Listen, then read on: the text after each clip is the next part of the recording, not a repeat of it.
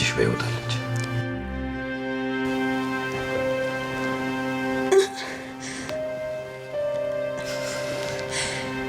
ልጄ በሕይወት አለች። ዛሬ ላረጋግጥልሽ፣ ልጅሽ በሕይወት አለች።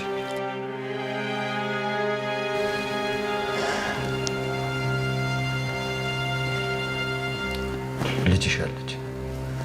ለዓመታት የጠበቅሻት ልጅሽ በሕይወት አለች። አንቺ እንደምትይው ተጎሳቁላ ተቸግራ ሳይሆን አምሮባት ቆንጆ ሆና ልጅሽ በሕይወት አለች።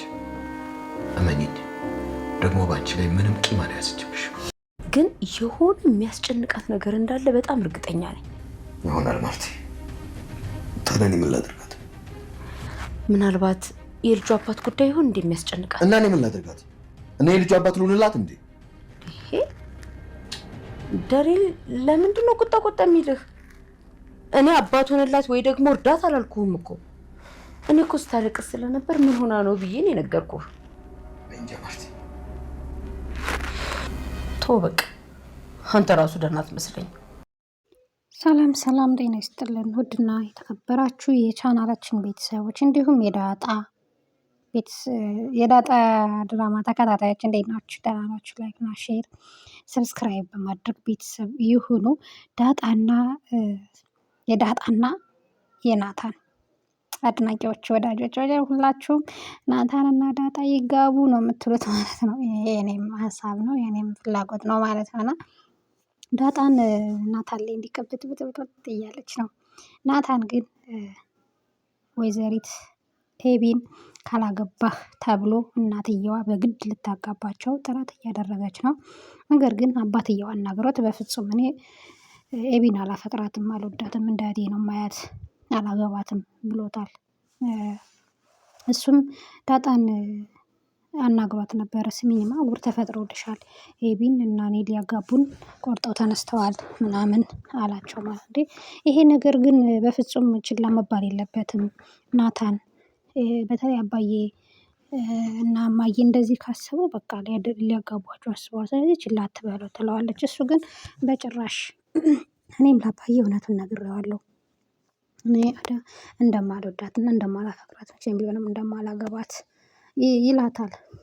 ማግባትም ካለብኝ ደግሞ አንቺን ነው የማገባ እያላት እጅግ በጣም እየቦረቀች ደስ እያላት ምናምን ያው የምትወዱ እዛው ላይ ነው እንደዚህ በነፃነት ቡረቅረቅ መደረግ ማለት እና ቡርቅ እያለች እንደ ሕፃን ልጅ እንትን እያለች ነበረ። ከዛም እናትየዋ ግን በጣም ደስ ብሏት ሰላምን ቁጭ አድርጋ ሻይ አምጥታላት ሰላም እያወራቻት እዚህ ቤት ቶሎ ወልደሽ ተነሽ፣ እዚህ ቤት ድል ያለ ሰርግ ሊሰረግ ነው ትላታለች። የማን ሰርግ? ማን ሊያገባ ስላት ልጃችን ልታገባ ነው፣ ኤቢ ልታገባ ነው። ማንን ነው የምታገበው? ናታንን ስትባል ሰላም እጅግ በጣም ትደነግጣለች። ምክንያቱም ሰላም ዳጣና ናታን እንደሚዋደዱ ስለምታውቅ እንዴት አይሆንም በግድ ሊድሩት ነው እንዴ ብላ አንቺም አይተሻቸዋል አይደለ እንዴት እንደሚዋደዱ ምናምን ትላታለች። አይ እኔስ ምንም አላየሁም እትዬ ምናምን ትላታለች። ያው እናትየዋ በቃ በጣም እንዲያገባት ትፈልጋለች እና እንዲያገባት ስለምትፈልግ ብቻ የኔን ልጅ ባህሪ እሱ ነው ችሎ የሚኖር ሌላ ሰው ችሎ አይኖርም ብላ ስላሰበች ብቻ ነው እንጂ እሱ በፍጹም እንደማይወዳት ታውቃለች። ግን የኔን ልጅ ባህሪ እሱ ነው ችሏት የሚኖር ደህና ወንድ ጥሩ ወንድ ያስፈልጋታል እንጂ የኔ ልጅ ጥሩ አመል ሊኖራት ይገባል ብላ ጭራሽ አላሰበችም። አባትየው ግን እኔ ናታንን አውርቼው ነበረ ማርታ እንደዚህ አይነት ሀሳብም አላማም እንደሌለው ነግሮኛል ሲላት በፍጹም እና ታዲያ ድሮስ እወዳታለሁ ብሎ ሊነግርህ ነው እንዴ? አንተ እኮ አባቷ ነህ፣ ይፈራሃል። ስለዚህ እንደዚህ ብሎ ሊነግርህ አይችልም ትለዋለች። ማርታ ትሰሚኝ እንደሆነ ስሚኝ፣ ናታን እንደ ትልቅ ሰው ነው፣ በደንብ ነው የምናወራው። ናታን በጣም አስተዋይ ልጅ ነው። ስለዚህ በፍጹም እንደዚህ አይነት አመለካከት የለውም፣ ምንም አንደባበቅም። ይልቁንስ ዝም ብለሽ የማይሆን ነገር አታልሚ ይላታል። ታያለህ ይዋደዳሉ፣ እኔ አይቻቸዋለሁ ትለዋለች። ሰላም እዚህ ጋር በጣም ደንግጣለች። እሱ መጥቶ ልጅሽ በህይወት እንዳለች ይነግራታል እና ብዙ ነገር አወራት። ልጅሽ ሄዳለች ይመስልሻል? ልጅሽ አሁን ያለች ይመስልሻል ወይ? ወይስ ምን እያደረገች ይመስልሻል ሲላት ወይ ጎዳና ላይ ወርቃ ወይ አግብታ ወይ ደህና ህይወት እየኖረች ብቻ አላውቅም፣ ግን ልጄ በህይወት እንዳለች ይሰማኛል። ሌሊት ሁሉ በህልሜ ትመጣብኛለች፣ ልጅ አለች ትለዋለች። ደረጀም እባክሽ ተረጋጊ፣ ካልነገርኩሽ ምን ልታረጊ ነው ይላታል። ምክንያቱም እኔ ካልነገርኩሽ ለማርታ ከነገርሻት ማርታ ይሄ ቤት መስቀልቅሎ ይወጣል። ይሄ ቤት መስቀልቅሎ ወጣ ማለት ማርታ የሆነ ነገር ሆነች ማለት እኔ መኖር አልችልም፣ ያለሱ አልችልም፣ መኖር አልችልም። እኔም የሆነ ነገር እኖራለሁ። ከዛ ልጅሽን ሳታገኛት ትኖሪያለሽ ማለት ነው ሲላት እሺ ምን እያልከኝ ነውና አሁን ምናምን ትለዋለች። ታገሽኝ፣ ትንሽ ጊዜ ስጭኝ፣ ታገሽኝ ይላታል። በፍጹም ልታገስህ አልችልም፣ ምክንያቱም በቃኝ፣ ልጄን ብዬ እድሜን በሙሉ ከፍያለሁ። ስለዚህ አሁንም ትነግረኛለህ ትለዋለች። እሱ ግን ደረጀ በጣም ግራ ገብቶታል ምን ማድረግ እንዳለበት። በዚህ የማርታ ሁኔታ እያስጨነቀው ነው። በዚህ ደግሞ የልጁና የእናት መለያየት አንድ ላይ ሆነው አለመተዋወቅ በጣም እያሳዘነው ይገኛል።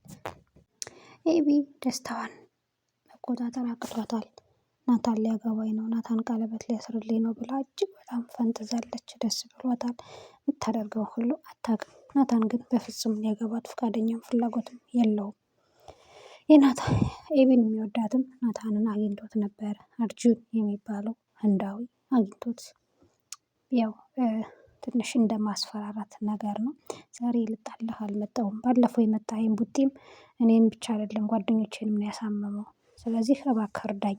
ኤቢን ተወዳታለህ አይደል? ኤቢ ፍቅረኛዋ ነህ አይደል? አይ ኤቢ እህቴ ናት፣ እንደው እንዳውራኝ ምናምን ብሎ ናታንም ልክ ልኩን ይነግረዋል። እሱ ግን በጭራሽ ሊያምን አልቻለም።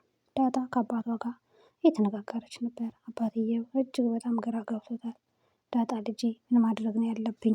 ብዙ የሚያስጨንቁኝ ነገሮች አሉ ይላት። አባዬ የሚያስጨንቅህ ነገር እንዳለ እያየሁኝ ነው። ምንድን ነው ግን አባዬ ትለዋለች። ከዛ ምሳሌም ሲሰጣት እሷም በቃ እውነቱን ማውጣት እንዳለበት አይነት ነገር ነው የነገረችው። አባትየውም እኔም ወስኛለሁ፣ እውነታውን ማውጣት አለብኝ፣ ስለዚህ እንወጣዋለን ምናምን ብሎ ለእሷ ምንም አልነገራትም። እንወጣዋለን፣ እኔ ከጎንህ አለሁልህ፣ በምንም ነገር በገንዘብ ከሆነ ተፍ ብለን እናገኘዋለን ምናምን ትለዋለች። አዎ ምስኪን በጣም አሳዝኖኛል እሱም ማለት ነው። ውሃ ደግሞ እዚህ ጋር ውሃ በጣም ምስኪን ልጅ ናት። ጨጨብሳ እሰራለሁ ብላ ከጓደኛዋ ጋር የኔ ውሃ ከጓደኛዋ ጋር ልትሰራ ገብታለች ማለት ነው። ግን ዱቄት በዱቄት አደረገቻት ጓደኛዋን እና